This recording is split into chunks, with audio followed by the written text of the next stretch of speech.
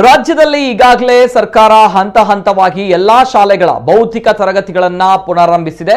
ಇದೀಗ ನವೆಂಬರ್ 8ರಿಂದ ಎಲ್ಲ LKG, UKG anganwadi ಕೇಂದ್ರಗಳನ್ನು ಸಹ ಪುನರಾರಂಭಿಸಲು ಸರ್ಕಾರ ಅನುಮತಿ ನೀಡಿದೆ.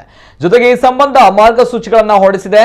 ಇನ್ನು ಪೂರ್ಣ ಪ್ರಮಾಣದಲ್ಲಿ ಅಂಗನವಾಡಿ ಕೇಂದ್ರಗಳನ್ನು ತೆರೆಯದ ಕಾರಣ ಈಗಿರುವಂತೆ ಮುಂದಿನ 15 ದಿನಗಳ ಕಾಲ ಕೇಂದ್ರದ ಪ್ರತಿ ಮಗುವಿಗೆ ಪೌಷ್ಟಿಕ ಆಹಾರದ ಧಾನ್ಯಗಳನ್ನು ಮನೆಗೆ ಕಳುಹಿಸಲಾಗುವುದು.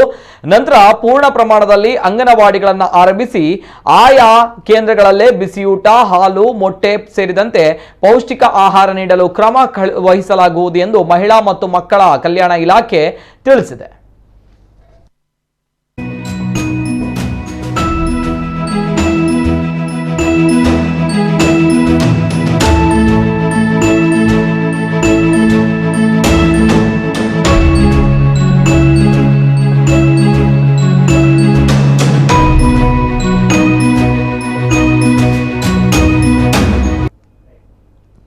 ಇನ್ನು ಮಾರ್ಗಸೂಚಿಯಲ್ಲಿ ಏನಿದೆ ಅಂತ ನೋಡೋದಾದ್ರೆ, ಕೋವಿಡ್ ಮಾರ್ಗಸೂಚಿಗಳ ಎಲ್ಲ ಮುನ್ನೆಚ್ಚರಿಕೆ ಕ್ರಮಗಳೊಂದಿಗೆ LKG, UKG ಶಾಲೆ ಮತ್ತು ಅಂಗನವಾಡಿ ಕೇಂದ್ರಗಳನ್ನು ಆರಂಭಿಸಬೇಕು.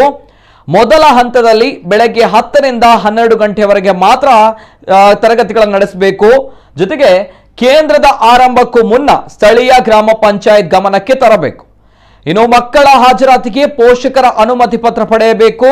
ಅಂಗನವಾಡಿ ಕಾರ್ಯಕರ್ತರು, ಸಿಬ್ಬಂದಿ ಹಾಗೂ ಕೇಂದ್ರಕ್ಕೆ ಬರುವ ಮಕ್ಕಳ ಪೋಷಕರು 2 ಡೋಸ್ ಲಸಿಕೆ ಪಡೆದಿರಬೇಕು. ಇನ್ನು ಅಂಗನವಾಡಿಗೆ ಬರುವ ಪ್ರತಿಯೊಬ್ಬರು ಕೂಡ ಮಾಸ್ಕ್ ಅನ್ನು ಧರಿಸಬೇಕು. ಜೊತೆಗೆ UKG, LKG ಅಂಗನವಾಡಿ ಕೇಂದ್ರಗಳಲ್ಲಿ ಕಡ್ಡಾಯವಾಗಿ ಸ್ಯಾನಿಟೈಸರ್ ವ್ಯವಸ್ಥೆ ಮಾಡಬೇಕು ಹಾಗೂ ಪುಟ್ಟ ಮಕ್ಕಳ ಕೈಗೆ ಸಿಗದಂತೆ ಸಿಬ್ಬಂದಿ ಎಚ್ಚರವನ್ನು ವಹಿಸಬೇಕು.